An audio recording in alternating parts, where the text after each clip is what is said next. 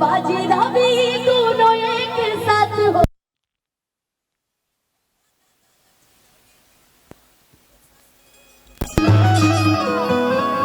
अकेले रहल ठीक बदनामी से, बदनामी से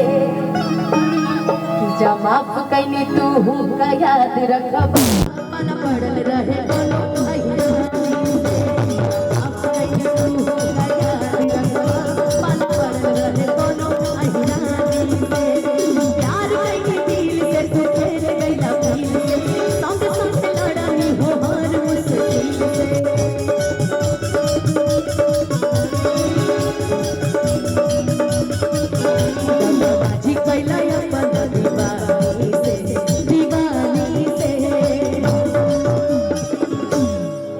माफ कैनी तू गया याद रखबा,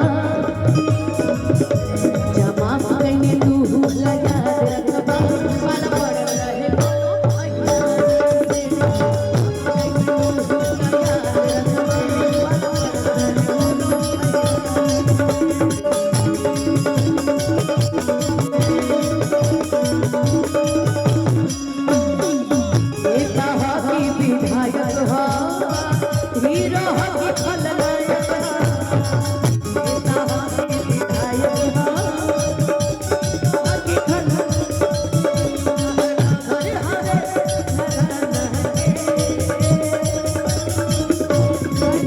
हरे बघवा बिरादरी कहल जाला यही दाना के